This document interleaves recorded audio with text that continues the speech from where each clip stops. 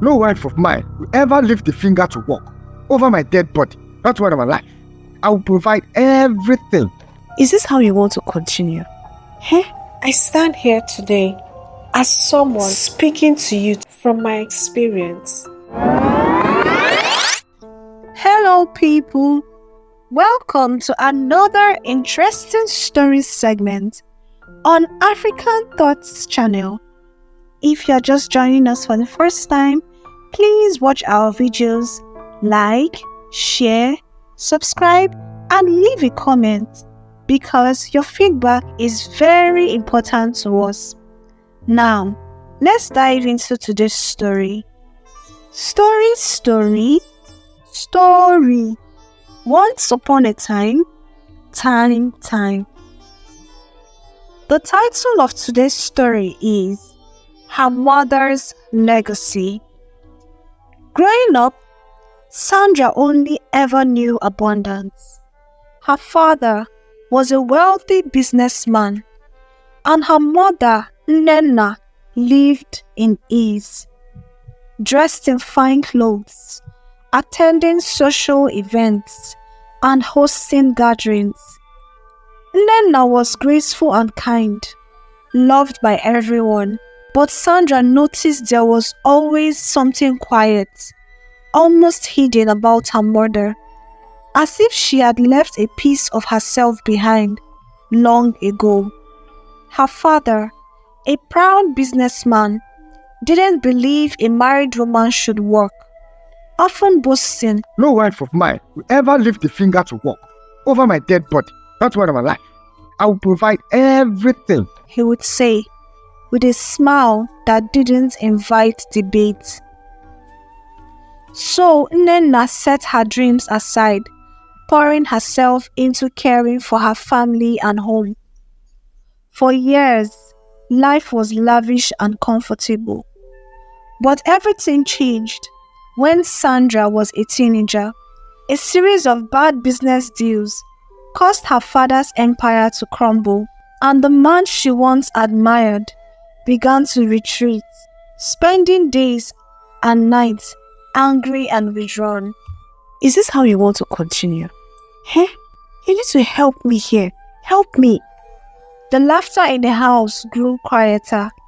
Soon, Sandra noticed things disappearing.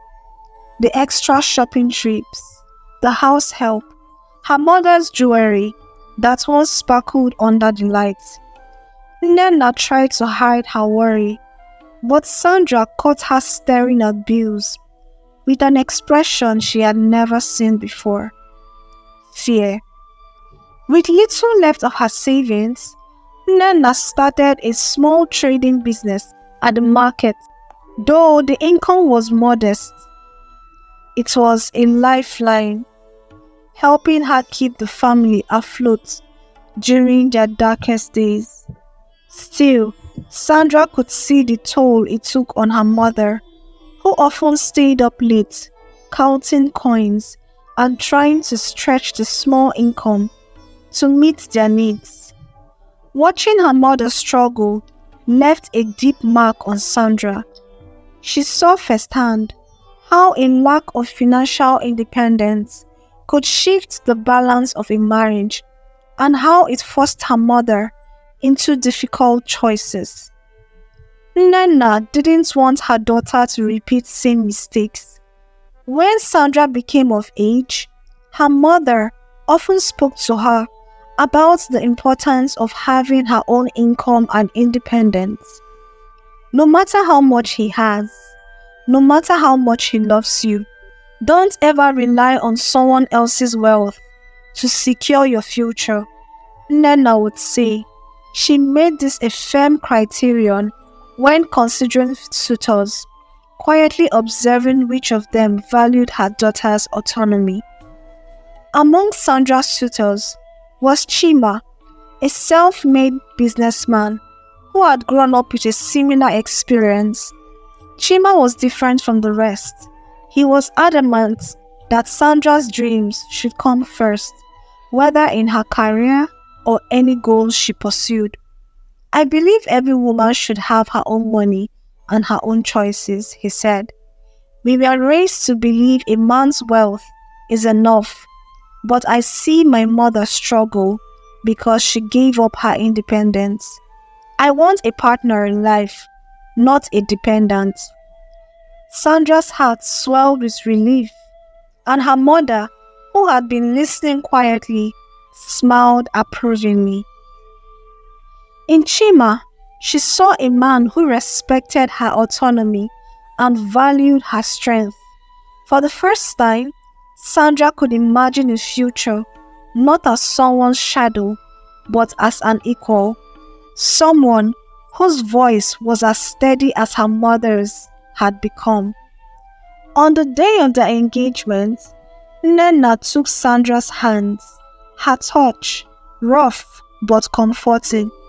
She looked into her daughter's eyes, seeing herself, yet knowing Sandra had made choices she never did. This is what it means to truly love, Sandra, she whispered.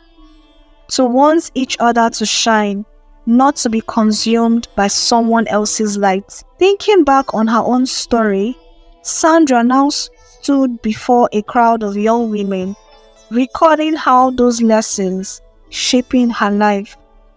I stand here today as someone who had tasted the different sides of life. She began addressing the eager crowd. I have learned that planning to have your own money isn't just about financial stability. It is about empowerment. It is about knowing that you can navigate the challenges life throws your way, no matter how tough they seem.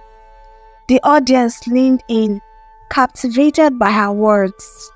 Financial independence means that you can now make choices that align with your dreams and values without being beholden to anyone else's circumstances. It means you have a voice, a choice, and the ability to stand tall in every situation. Sandra felt the energy in the room shift as she continued. Remember, your dreams are valid, and your aspirations deserve to be pursued. The concept of her money, her power, means that you hold the key to your future. Your financial independence is your armor against the uncertainties of life. It is your strength and it is your right. The room erupted in applause, and Sandra felt a deep sense of peace and purpose. She had honored her mother's legacy by sharing the wisdom that had transformed her own life. In that moment, she knew she was inspiring the next generation to embrace their independence, their strength, and the incredible power that comes from having their own money. We have come to the end of this interesting story. I hope you learned something today. This story aims to urge the next generation of young women to plan to have their own source of income, no matter how little, because financial independence gives you the power of choice. Thank you everyone for watching. Don't forget to like, subscribe, share with your friends, and turn on your notification button to stay updated on the juiciest African tales. From me, see you in the next one. Bye.